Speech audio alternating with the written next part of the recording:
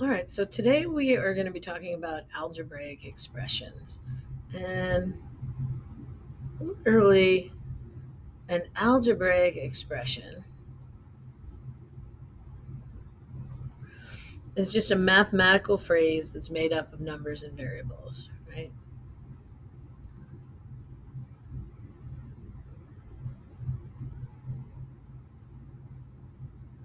A lot of people confuse it with an equation, but an expression isn't necessarily an equation. Equation requires an equal sign, right? Something set equal to something else. But an expression is just any phrase that's made up of numbers and variables.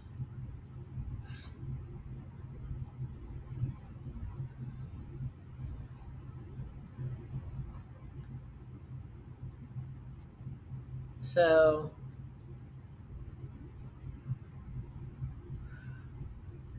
x plus 2 is a mathematical phrase. It is an algebraic expression, right? We have a variable, we have a number. Um, let's see, 3x is an expression. Um, X squared plus 12x minus 4 is an expression. Notice we don't have an equal sign in this. We don't know what it's set equal to. It's just some expression.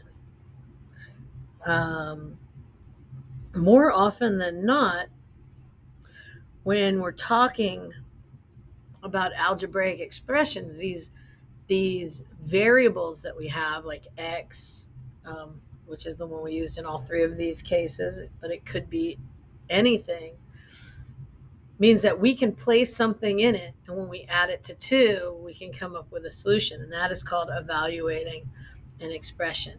And we can do that by something called the substitution property.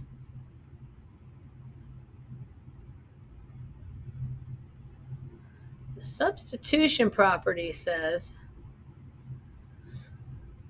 ultimately, it's saying that if something is equal to something, then they're kind of interchangeable, right? Um, so it's saying that if A is equal to B, then A can be replaced for B, and A can be replaced for B in any expression, right?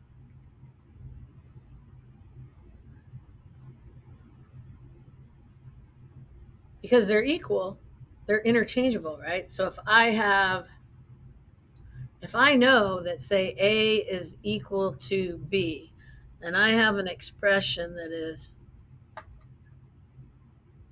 3A plus 7, right? That is the same as whatever 3B plus 7 is going to be. And I know that that is true because B and A are equal, right? So if A is equal to 8, wherever A is, I can just plug in 8, right? So I would have 3 times 8 plus 7, and then I can get a value for it. 3 times 8 is 24, plus 7 is 31. Um, and when we're evaluating expressions, which is all we're talking about today, is evaluating expressions,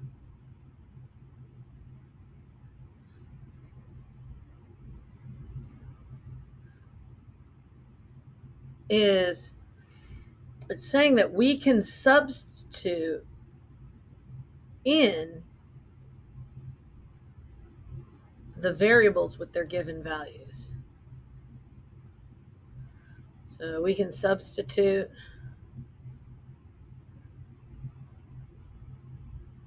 in variables with given values. And we did that a little bit right up here, right? We had a value that we applied to A called 8, and then we could substitute that 8 in wherever there was an A. Here's a little bit of advice. Um, Anytime you substitute for a variable, anytime you substitute for a variable, substitute.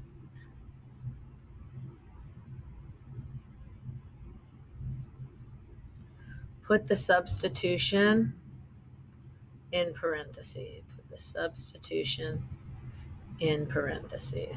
Substitution.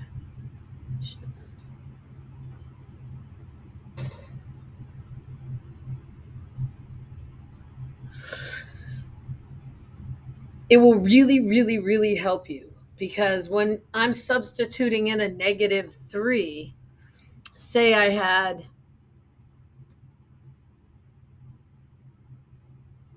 3x plus 4, right? And I can say that x equals -2. If I put it in parentheses, I know that I have to multiply times that -2. If I just put in -2, it looks like I have 3 minus 2 plus 2. Very different outcomes, right? Because this is 3 times -2 plus 2, which is -6, plus 2, which is just -4. 3 minus 2 is 1 plus 2, which gives me +3. Very different answers. So anytime you are substituting into a variable with a given value, you have to make sure and put that value in parentheses. The next rule is pretty easy. Follow order of operations to solve. Right? We went over order of operations last time. Right? If you remember, we had PEMDAS, which I told you should actually be called GEMDAS. Right? We said that multiplication and division were even, and addition and subtraction were even, right? You just did those in order from left to right. But the bigger thing that we need to talk about is the P right here is for parentheses, but it's really any grouping. We're dealing with groupings first. Aside from that, that's really all there is to know as far as a lesson goes. We're going to do some sample problems, and that should make this a fairly shorter video. And then you will have an assignment in Delta Math. So let's look at some examples. If I have an example of AB squared plus C, and I know that A is equal to 2, B is equal to 4, and C is equal to 7, we can just go ahead and plug those in, right? My A is 2, so I'm going to go 2. My B squared is going to be 4 squared plus C. Well, that C is just 7. Now we can evaluate this function, right? PEMDAS. So we're going to have that 2. It's going to be left alone right now. We're going to deal with the 4 squared, which is 16 plus 7, right? 2 times 16 is 32 plus 7 equals 39. And so we should be able to get to a value. Anytime you're asked to evaluate anything in mathematics, it's usually telling you, here is a value, plug it in and find the answer. That's what it means to evaluate something in mathematics. In any of the algebras, they're going to give you a value and you're going to plug it in and solve it.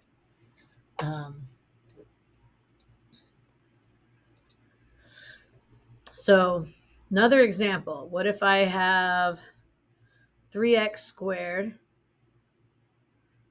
minus 4x. And I'm going to tell you that x is equal to 2. So here we're going to plug it in. We're going to go, okay, well, we've got 3 times x. So I'm going to go 3 times 2. We're going to square that, minus 4 times 2. So now we're going to have 3 squared. Well, 2 squared is just 4. So that's 3 times 4 minus 8. 4 times 2 is 8. And then we've got 3 times 4 is 12 minus 8. And we get 4.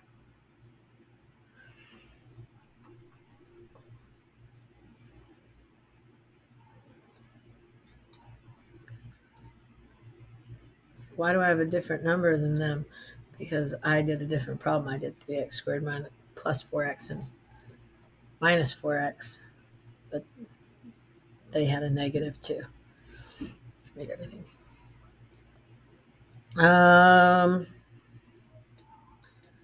Let's look at another problem.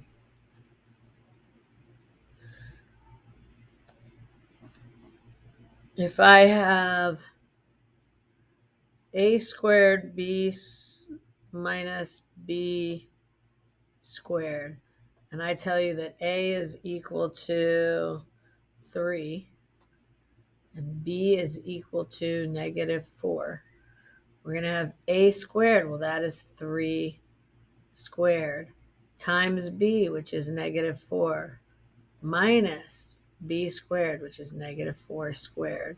We're going to do it a piece at a time. Remember, PEMDAS, so we don't have all the stuff in parentheses. But we do have an exponent here. 3 squared is 9 times negative 4 minus negative 4 squared. Well, that is just plus 16, but we have a negative in front of it, so it's minus 16. 9 times negative 4 is negative 36 minus 16, which equals negative 52. Take your time with these types of problems. You're going to have like 15 of them to do, all in Delta Math. You'll have one to do at the end of this ed puzzle, but they're all going to follow the same pattern, right? You are going to get a value of something and you're going to plug it in for your variable, always in parentheses, and then you're going to solve for a solution. There'll be one problem at the end of this ed puzzle, but only one. The rest of your assignment will all be done in Delta Math. Good luck with it. Make sure and ask me if you have any questions along the way, and I will be happy to help.